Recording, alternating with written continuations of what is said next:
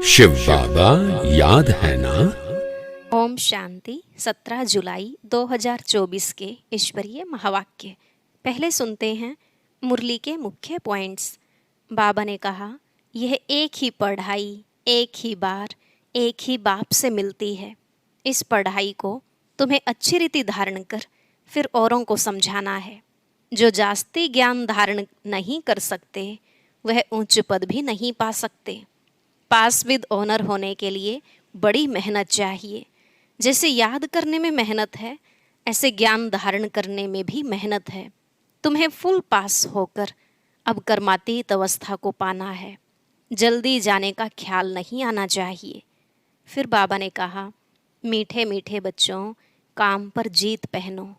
पहले पहले तो निर्विकारी बना चाहिए। जैसे बाप एवर प्योर है, ऐसे तुम भी एवर प्योर बन रहे हो। जब तुम्हारे अंदर अपवित्रता रिंचक भी नहीं रहेगी, तब फिर ऊपर चले जाएंगे। फिर भविष्य में आत्मा पवित्र तो जेवर भी पवित्र मिलेगा। तुम सब आत्मा भाई भाई हो, तो आत्मा को ही देखना चाहिए, शरीर को नहीं। भले यह अवस्था जमाने में टाइम तो लगता है, बहुत बड़ी मंजिल है ना। लास्ट में बाबा ने कहा, अभी बाप आए हैं तुम बच्चों को अविनाशी ज्ञान रत्नों का दान देने। वह अपने पास रख कर क्या करेंगे, लेकिन बच्चे नंबरवार पुरुषार्थ अनुसार ही ज्ञान उठाते हैं। जो जास्ती उठाने वाले होंगे वही अच्छी सर्विस करेंगे। तुम्हारे बैज में सब शास्त्रों का सार समाया हुआ है, इसलिए औरों को समझाने के लिए बैज ही काफ़ी है।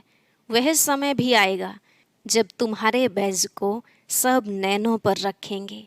अब सुनते हैं महावाक्यों को विस्तार से। बाबा ने कहा, मीठे बच्चे, इस शरीर को न देख आत्मा को देखो। अपने को आत्मा समझ आत्मा से बात करो। इस अवस्था को जमाना है, यही ऊंची मंजिल है। प्रश्न, तुम बच्चे बाप के साथ ऊपर अर्थात घर में कब जाएंगे? उत्तर, जब अपवित्रता की मात्रा रिंचक भी नहीं रहेगी। जैसे बाप प्योर है, ऐसे तुम बच्चे भी प्योर बनेंगे, तब ऊपर जा सकेंगे। अभी तुम बच्चे बाप के सम्मुख हो।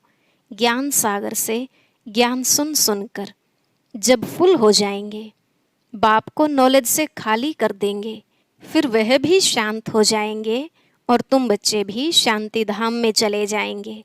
वहाँ ज्ञान टपकना बंद हो जाता। सब कुछ दे दिया, फिर उनका पार्ट है साइलेंस का। ओम शांति। शिव भगवानुवाच। जब शिव भगवानुवाच कहा जाता है तो समझ जाना चाहिए एक शिव ही भगवान व परम पिता है। उनको ही तुम बच्चे व आत्मा याद करती हो। परिचय तो मिला है रचता बाप से, यह तो जरूर है नंबरवार पुरुषार्थ अनुसार ही याद करते होंगे। सब एक रस याद नहीं करेंगे। यह बहुत सूक्ष्म बात है। अपने को आत्मा समझ दूसरे को भी आत्मा समझें, यह अवस्था जमाने में टाइम लगता है। वह मनुष्य लोग तो कुछ भी नहीं जानते, न जानने के कारण सर्वव्यापी कह देते। जिस प्रकार तुम बच्चे अपने को आत्मा समझते हो, बाप को याद करते हो, ऐसे और कोई याद नहीं कर सकते होंगे। कोई भी आत्मा का योग बाप के साथ है नहीं। यह बातें हैं बहुत गुह्य महीन। अपने को आत्मा समझ बाप को याद करना है। कहते भी हैं हम भाई भाई हैं, तो आत्मा को ही देखना चाहिए, शरीर को नहीं देखना चाहिए। यह बहुत बड़ी मंजिल है। बहुत हैं जो बाप को कभी याद भी नहीं करते होंगे। आत्मा पर मैल चढ़ी हुई है। मुख्य आत्मा की ही बात है। आत्मा ही अब तमोप्रधान बनी है, जो सतोप्रधान थी। यह आत्मा में ज्ञान है। ज्ञान का सागर परमात्मा ही है। तुम अपने को ज्ञान सागर नहीं कहेंगे। तुम जानते हो हमको बाबा से पूरा ही ज्ञान लेना है। वह अपने पास रखकर क्या करेंगे? अविनाशी ज्ञान रत्नों का धन तो बच्चों को देना ही है। बच्चे नंबरवार पुरुषार्थ अनुसार उठाने वाले हैं। जो जास्ती उठाते हैं वही अच्छी सर्विस कर सकते हैं। बाबा को ज्ञान सागर कहा जाता है। वह भी आत्मा, तुम भी आत्माएं। तुम आत्माएं सारा ज्ञान ले लेती हो। जैसे वह एवर प्योर है, तुम भी एवर प्योर बनेंगे। फिर जब अपवित्रता की रिंचक भी नहीं रहेगी, तब ऊपर चले जाएंगे। बाप याद के यात्रा की युक्ति सिखलाते हैं। यह तो जानते हैं सारा दिन याद नहीं रहती है। यहाँ तुम बच्चों को बाप सम्मुख बैठ समझाते हैं, और बच्चे तो सम्मुख नहीं सुनते, मुरली पढ़ते हैं। यहाँ तुम सम्मुख हो। अपने को आत्मा समझ बाप को याद करो और ज्ञान भी धारण करो। हमको बाप जैसा संपूर्ण ज्ञान सागर बनना है। फुल नॉलेज समझ जाएंगे तो जैसे कि बाप को नॉलेज से खाली कर देंगे, फिर वह शांत हो जाएंगे। ऐसे नहीं, उनके अंदर ज्ञान टपकता होगा। सब कुछ दे दिया, फिर उनका पार्ट रहा साइलेंस का। जैसे तुम साइलेंस में रहेंगे तो ज्ञान थोड़े ही टपकेगा। यह भी बाप ने समझाया है। आत्मा संस्कार ले जाती है।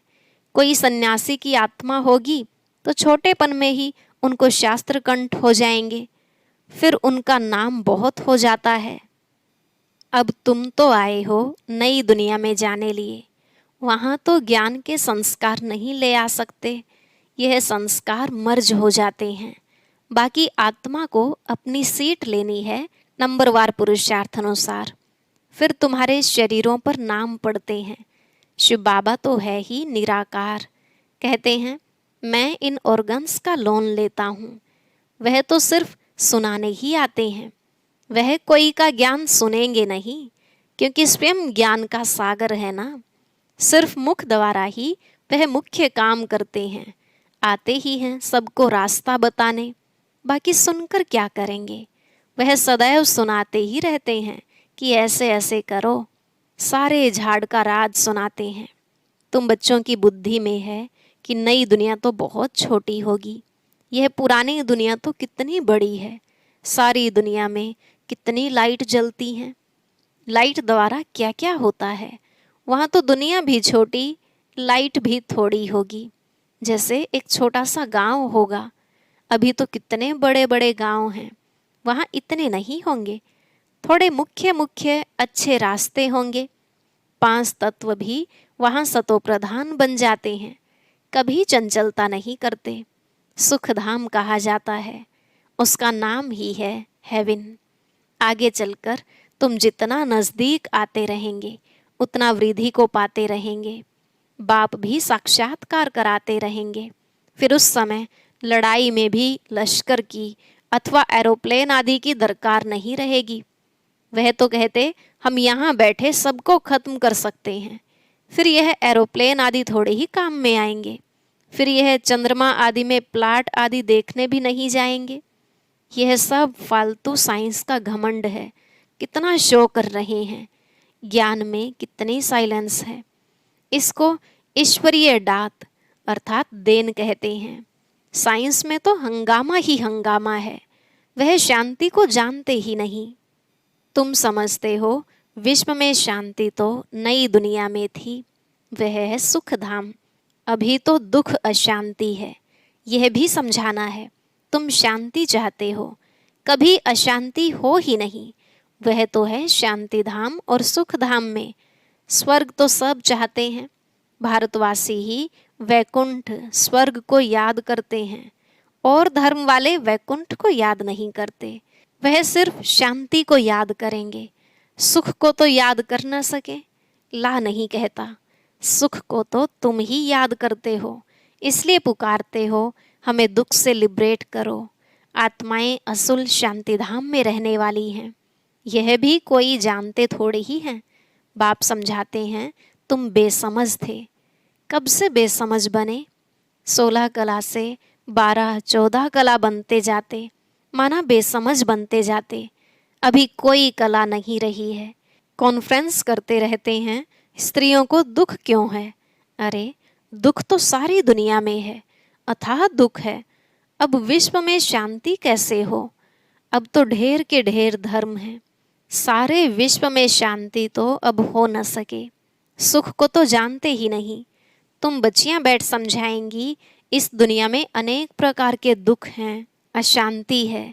जहाँ से हम आत्माएं आई हैं वह है शांति धाम, और जहाँ यह आदि सनातन देवी देवता धर्म था वह था सुख धाम। आदि सनातन हिंदू धर्म नहीं कहेंगे, आदि माना प्राचीन। वह तो सतयुग में था, उस समय सब पवित्र थे।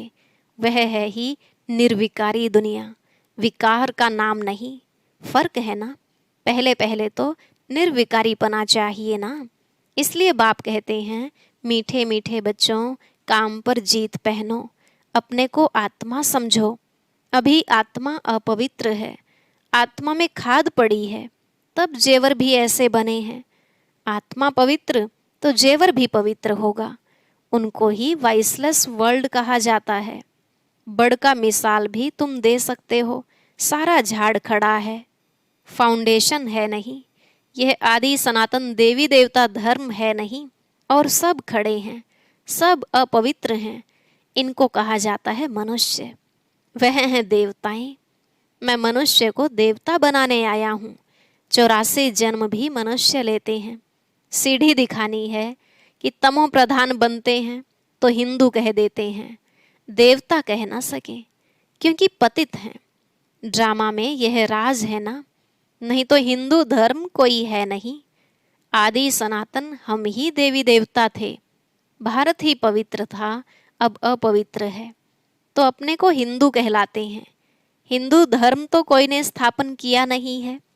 यह बच्चों को अच्छी रीति धारण कर समझाना है। आजकल तो इतना टाइम भी नहीं देते हैं, कम से कम आधा घंटा दें तब पॉइंट सुनाई जाएं। पॉइंट तो ढेर हैं, फिर उनसे मुख्य मुख्य सुनाई जाती हैं। पढ़ाई में भी जैसे जैसे पढ़ते जाते हैं तो फिर हल्की पढ़ाई अल्फ बे आदि थोड़ी ही याद रहती है, वह भूल जाती है। तुमको भी कहेंगे अभी तुम्हारा ज्ञान बदल गया है। अरे पढ़ाई में ऊपर चढ़ते जाते हैं तो पहली पढ़ाई भूलती जाती है ना। बाप भी हमको नित्य नई नई बातें सुनाते हैं। पहले हल्की पढ़ाई थी, अब बाप गुहिये गुहिये बातें सुनाते रहते हैं। ज्ञान का सागर है ना, सुनाते सुनाते फिर पिछाड़ी में 2 अक्षर कह देते। अल्फ को समझा तो भी काफ़ी है। अल्फ को जानने से बे को जान ही लेंगे। इतना सिर्फ समझाओ तो भी ठीक है। जो जास्ती ज्ञान नहीं धारण कर सकते वह ऊंच पद भी पा नहीं सकते। पास विद ऑनर हो न सके, कर्मातीत अवस्था को पा न सके, इसमें बड़ी मेहनत चाहिए। याद की भी मेहनत है, ज्ञान धारण करने की भी मेहनत है। दोनों में सब होशियार हो जाएं सो भी तो हो न सके। राजधानी स्थापन हो रही है, सब नर से नारायण कैसे बनेंगे? इस गीता पाठशाला की एम ऑब्जेक्ट तो यह है, वही गीता ज्ञान है। वह भी कौन देते हैं, यह तो सिवाय तुम्हारे कोई जानते ही नहीं। अभी है कब्रिस्तान, फिर परिस्तान होने का है। अभी तुम्हें ज्ञान चिता पर बैठ पुजारी से पूज्य जरूर बनना है। साइंस वाले भी कितने होशियार होते जाते हैं, इन्वेंशन निकालते रहते हैं। भारतवासी हर बात का अक्ल वहाँ से सीख कर आते हैं।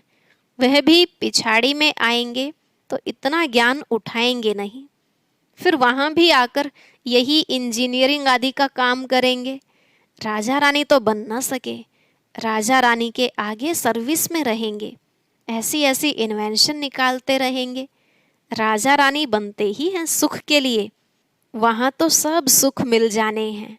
तो बच्चों को पुरुषार्थ पूरा करना चाहिए, फुल पास होकर कर्मातीत अवस्था को पाना है। जल्दी जाने का ख्याल नहीं आना चाहिए।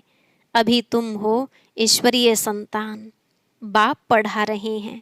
यह मिशन है मनुष्यों को चेंज करने की, जैसे बोधियों की, क्रिश्चियंस की मिशन होती है ना। कृष्ण और क्रिश्चियन की भी रास मिलती है, उन्हों के लेन देन का भी बहुत कनेक्शन है। जो इतनी मदद करते हैं उनकी भाषा आदि छोड़ देना यह भी एक इंसल्ट है। वह तो आते ही पीछे हैं, न बहुत सुख न बहुत दुख उठाते, सारी इन्वेंशन वे लोग निकालते हैं। यहाँ भल कोशिश करते हैं परंतु एक्यूरेट कभी बना नहीं सकेंगे। विलायत की चीज़ अच्छी होती है, ऑनेस्टी से बनाते हैं, यहाँ तो डिसऑनेस्टी से बनाते हैं। अथाह दुख है, सबके दुख दूर करने वाला एक बाप के सिवाय और कोई मनुष्य हो न सके। भल कितने भी कॉन्फ्रेंस करते हैं, विश्व में शांति हो, धक्का खाते रहते हैं। सिर्फ माताओं के दुख की बात नहीं, यहाँ तो अनेक प्रकार के दुख हैं। सारी दुनिया में झगड़े मारामारी की ही बात है। पाई पैसे की बात पर मारामारी कर देते हैं, वहाँ तो दुख की बात नहीं होती। यह भी हिसाब निकालना चाहिए, लड़ाई कभी भी शुरू हो सकती है। भारत में रावण जब से आता है तो पहले पहले घर में लड़ाई शुरू होती है, जुदा जुदा हो जाते हैं, आपस में लड़ मरते हैं, फिर बाहर वाले आते हैं। पहले ब्रिटिश थोड़े ही थे, फिर वह आकर बीच में रिश्वत आदि देकर अपना राज्य कर लेते हैं। कितना रात दिन का फर्क है, नया कोई भी समझ ना सके। नई नॉलेज है ना, जो फिर प्रायलोप हो जाती है। बाप नॉलेज देते हैं, फिर वह गुम हो जाती है। यह एक ही पढ़ाई एक ही बार एक ही बाप से मिलती है। आगे चल तुम सबको साक्षात्कार होते रहेंगे कि तुम यह बनेंगे, परंतु उस समय कर ही क्या सकेंगे, उन्नति को पा नहीं सकेंगे। रिजल्ट निकल चुकी, फिर ट्रांसफ़र होने की बात हो जाएगी, फिर रोएंगे पीटेंगे, हम बदली हो जाएंगे नई दुनिया के लिए। तुम मेहनत करते हो, जल्दी चारों तरफ आवाज़ निकल जाए, फिर आप ही सेंटर्स पर भागते रहेंगे, परंतु जितना देरी होती जाएगी टू लेट होते रहेंगे, फिर कुछ जमा नहीं होगा, पैसे की दरकार नहीं रहेगी। तुमको समझाने लिए यह बैज ही काफ़ी है। यह ब्रह्मा सो विष्णु, विष्णु सो ब्रह्मा, यह बैज ऐसा है जो सब शास्त्रों का तंत इसमें है। बाबा बैज की बहुत महिमा करते हैं। वह समय आएगा जो यह तुम्हारे बैज सब नैनों पर रखते रहेंगे। मन मना भव इसमें है, मुझे याद करो तो यह बनेंगे। फिर यह 84 जन्म लेते हैं। पुनर्जन्म न लेने वाला एक ही बाप है। अच्छा, मीठे मीठे सिकिलधे बच्चों प्रति माता पिता बाप दादा का याद प्यार और गुड मॉर्निंग। रूहानी बाप की रूहानी बच्चों को नमस्ते। रूहानी बच्चों की रूहानी बाप दादा को नमस्ते नमस्ते, गुड मॉर्निंग, शुक्रिया बाबा, शुक्रिया। धारणा के लिए मुख्य सार। पहला पॉइंट, याद की मेहनत और ज्ञान की धारणा से कर्मातीत अवस्था को पाने का पुरुषार्थ करना है। ज्ञान सागर की संपूर्ण नॉलेज स्वयं में धारण करनी है। दूसरा, आत्मा में जो खाद पड़ी है उसे निकाल संपूर्ण वाइसलेस बनना है। रिंचक मात्र भी अपवित्रता का अंश न रहे। हम आत्मा भाई भाई हैं, यह अभ्यास करना है। आज का वरदान, समय और संकल्प रूपी खजाने पर अटेंशन दे, जमा का खाता बढ़ाने वाले पद्मा पदम पति भव। समय और संकल्प रूपी खजाने पर अटेंशन दे, जमा का खाता बढ़ाने वाले पद्मा पदम पति भव। बाबा ने कहा, वैसे खजाने तो बहुत हैं, लेकिन समय और संकल्प, विशेष इन 2 खजानों पर अटेंशन दो। हर समय संकल्प श्रेष्ठ और शुभ हो तो जमा का खाता बढ़ता जाएगा। इस समय 1 जमा करेंगे तो पदम मिलेगा। हिसाब है, 1 का पदम गुणा करके देने की यह बैंक है। इसलिए क्या भी हो, त्याग करना पड़े, तपस्या करनी पड़े, निर्माण बनना पड़े, कुछ भी हो जाए, इन 2 बातों पर अटेंशन हो तो पद्मा पदम पति बन जाएंगे। स्लोगन, मनोबल से सेवा करो तो उसकी प्रालब्ध कई गुना ज़्यादा मिलेगी। मनोबल से सेवा करो तो उसकी प्रालब्ध कई गुना ज़्यादा मिलेगी। अच्छा, ओम शांति। अब सुनते हैं आज की अव्यक्त मुरली। इसके लिए ऊपर दिए गए बॉक्स पर क्लिक करें।